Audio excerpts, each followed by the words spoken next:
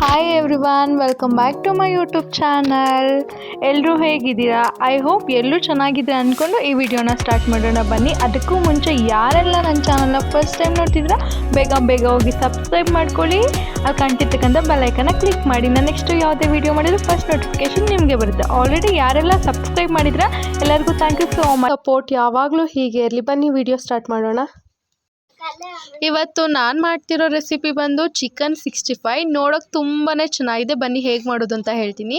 ನಾನಿಲ್ಲಿ 300 ಗ್ರಾಮಷ್ಟು ಚಿಕನ್ನ boneless chicken ತೊಗೊಂಡಿದ್ದೀನಿ. ಅದಕ್ಕೆ ಒಂದು ಎಗ್ನ ನೀಟಾಗಿ ಮಿಕ್ಸ್ ಮಾಡಿ ಹಾಕಿದ್ದೀನಿ. ಮತ್ತು ರುಚಿಗೆ ತಕ್ಕಷ್ಟು ಉಪ್ಪನ್ನು ಹಾಕಿ 1-2 ಟೇಬಲ್ ಸ್ಪೂನಷ್ಟು ಕಾರ್ನ್ಫ್ಲೋರ್ನ ಹಾಕ್ತಿದ್ದೀನಿ.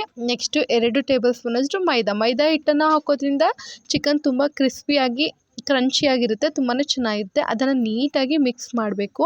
ಮಿಕ್ಸ್ ಮಾಡಿದ್ಮೇಲೆ ಸ್ವಲ್ಪ ಡ್ರೈ ಅಂತ ಅನಿಸಿದ್ಮೇಲೆ ನೀರನ್ನ ಎಷ್ಟು ಬೇಕೋ ಅಷ್ಟು ಹಾಕ್ಕೊಂಡು ಮಿಕ್ಸ್ ಮಾಡಬೇಕು. ಜಾಸ್ತಿ ಗಟ್ಟಿನೂ ಇರಬಾರ್ದು, ಜಾಸ್ತಿ ನೀರಾಗೂ ಇರಬಾರ್ದು. ಒಂದು ಮೀಡಿಯಮಾಗಿ ಕಲಿಸ್ಕೊಂಡು ಇದು ಮಾಡಬೇಕು. ನಾನು ಮೊದಲೇ ಎಣ್ಣೆನ ಬಿಸಿ ಮಾಡೋಕೆ ಇಟ್ಟಿದ್ದೆ. ಸೊ ಹಾಗಾಗಿ ತಕ್ಷಣ ಕಲಿಸಿಟ್ಟಿದ್ದನ್ನು ಸ್ವಲ್ಪ ಹೊತ್ತು ಇಟ್ಟರೆ ಚೆನ್ನಾಗಿರುತ್ತೆ, ಹಂಗೆ ಹಾಕಿದ್ರು ಚೆನ್ನಾಗಿರುತ್ತೆ. ನಾನು ಹಂಗೆ ಹಾಕಿದ್ಮೇಲೆ ಆ ಥರ ಸ್ವಲ್ಪ ಗೋಲ್ಡನ್ ಬ್ರೌನ್ ಬರೋವರೆಗೂ ಕರ್ಕೋಬೇಕು. ನೆಕ್ಸ್ಟ್ ಇನ್ನೊಂದು ಪಾನಲ್ಲಿ ಬಂದು ಒಂದು 4-5 ಟೇಬಲ್ ಸ್ಪೂನಷ್ಟು ಎಣ್ಣೆಯನ್ನು ಹಾಕ್ತಿದ್ದೀನಿ. ಎಣ್ಣೆ ಹಾಕಿದ್ಮೇಲೆ ನಾನು ಬೆಳ್ಳುಳ್ಳಿನ ಚಿಕ್ಕದಾಗಿ ಚಾಪ್ ಮಾಡ್ಕೊಂಡಿದ್ದೀನಿ. ಬೇಕು ಅಂದರೆ ಗ್ರೈಂಡ್ ಮಾಡ್ಕೋಬೋದು.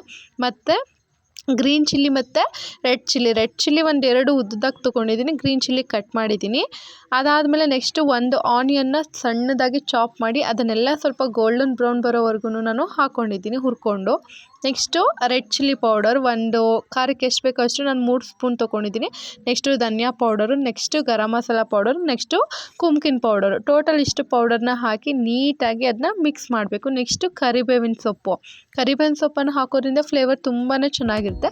ಸೊ ಅದನ್ನು ಹಾಕಿ ನೀಟಾಗಿ ಮಿಕ್ಸ್ ಮಾಡಿದ್ಮೇಲೆ 1 ಬೌಲಷ್ಟು ಕರ್ಡನ್ನು ಹಾಕ್ತಿದ್ದೀನಿ. ಈಗ ಮೊಸರನ್ನ ಹಾಕೋದ್ರಿಂದ ಸ್ವಲ್ಪ ಖಾರ, ಸ್ವಲ್ಪ ಹುಳಿ ಈ ಥರ ತುಂಬಾ ಚೆನ್ನಾಗಿರುತ್ತೆ. ಮತ್ತು ಫುಡ್ ಕಲರ್ ಬೇಕು ಅಂದರೆ ಹಾಕೋಬೋದು, ಇಲ್ಲಾಂದರೆ ಆಪ್ಷನಲ್ ಸ್ಕಿಪ್ ಮಾಡ್ಬೋದು. ಇರೋರು ಹಾಕೊಳ್ಳಿ. ಫುಡ್ ಕಲರ್ ಹಾಕಿದ್ರೆ ತುಂಬಾ ನೋಡೋದಕ್ಕೆ ಅಟ್ರಾಕ್ಟಿವ್ ಆಗಿರುತ್ತೆ ಅಂತಲೇ ಹೇಳ್ಬೋದು. ಅದನ್ನು ಹಾಕಿ ಮಿಕ್ಸ್ ಮಾಡಿದ್ಮೇಲೆ ನಾವು ಬಾಯ್ಲ್ ಮಾಡ್ಕೊಂಡಿದ್ದಂಥ ಚಿಕನನ್ನು ಹಾಕಿ ನೀಟಾಗಿ ಅದರಲ್ಲಿ ಮಿಕ್ಸ್ ಮಾಡ್ಕೋಬೇಕು.